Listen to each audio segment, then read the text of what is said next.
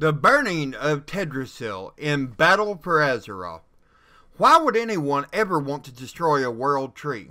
Well, there's a few different scenarios that make perfect sense. So let's go ahead and take a look at them and see if we can get to the bottom of things.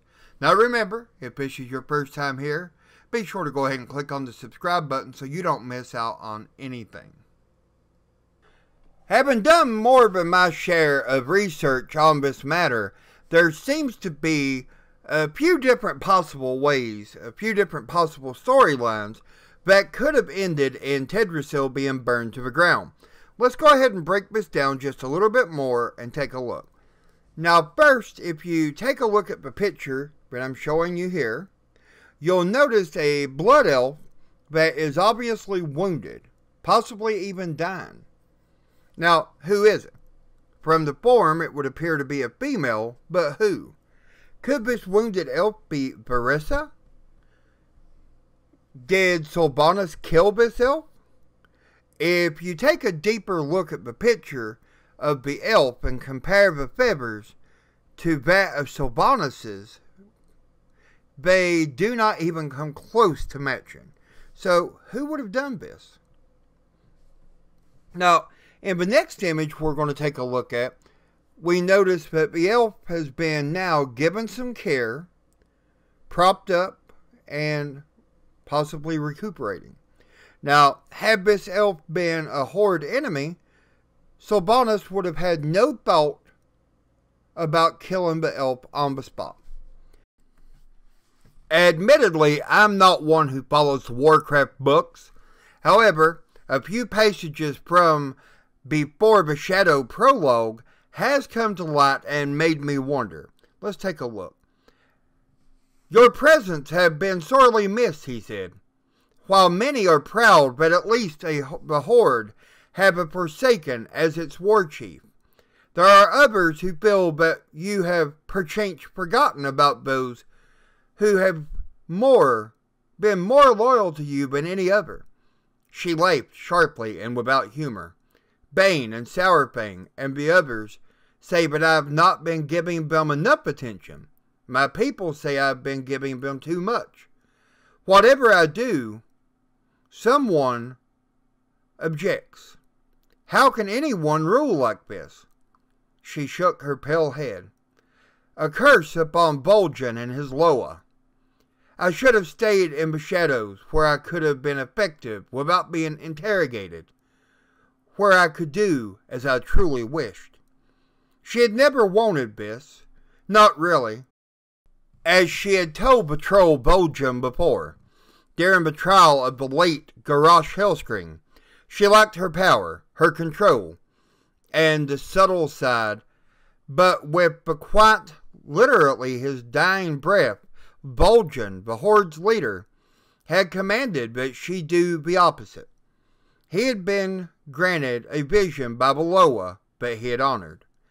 You must step out of the shadows and lead. You must be the war chief. From their perspective, the Dark Ranged resumed, you were a fixture in the Undercity.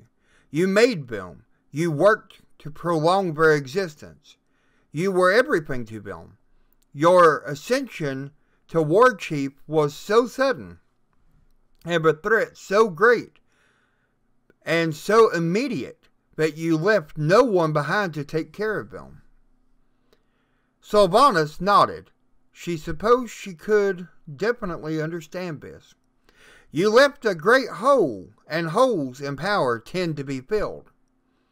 All is calm there, my lady, but in the absence of a single powerful leader, the inhabitants of your city have formed a governing body to tend to population needs.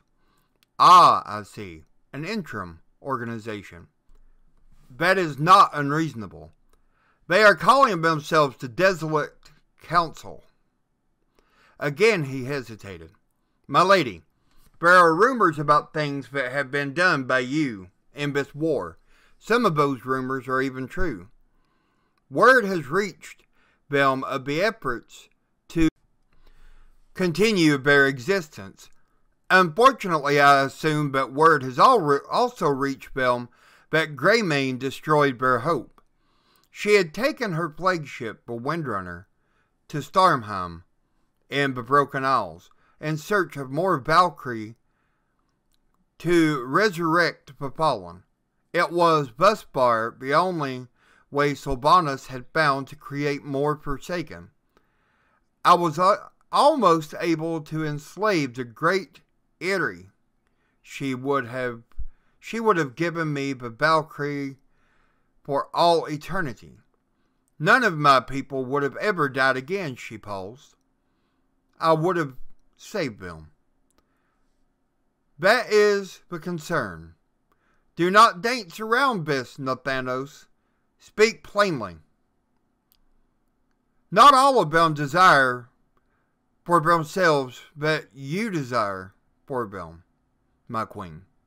Many of the desolate council harbor deep reservations. His face still that of a dead man, but better preserved due to the elaborate ritual she had ordered performed, twisted in a smile. This is the peril you created when you gave them free will.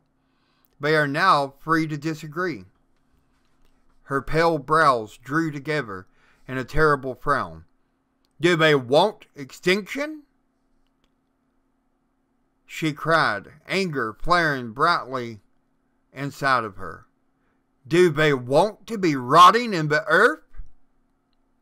Now, let's take a look at the old gods and the Il'gynoth whispers.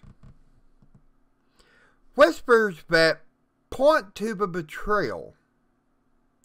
To me, this means a betrayer both of the Horde and of the Alliance sides.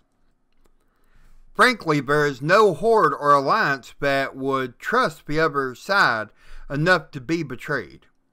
Was it the Horde who was responsible for the burning of the world tree Teldrassil? Could it have been possibly the old gods who burned Teldrassil? Or even a member of the Alliance? Could Teldrassil have become a huge cache of the lifeblood of Azeroth, known as Azeroth, and become corrupted? Greymane is now and always has been consumed in hate and revenge. Could he have been possibly the one who set fire to Teldrassil himself, knowing that it would send both sides into war once again? That's going to wrap this video up. Let me know down below what you think. Do you think it was the old gods?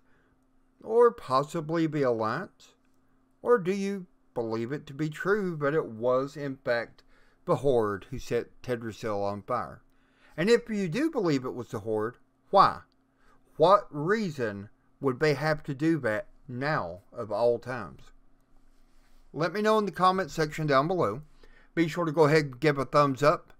And until next time, you have a good day.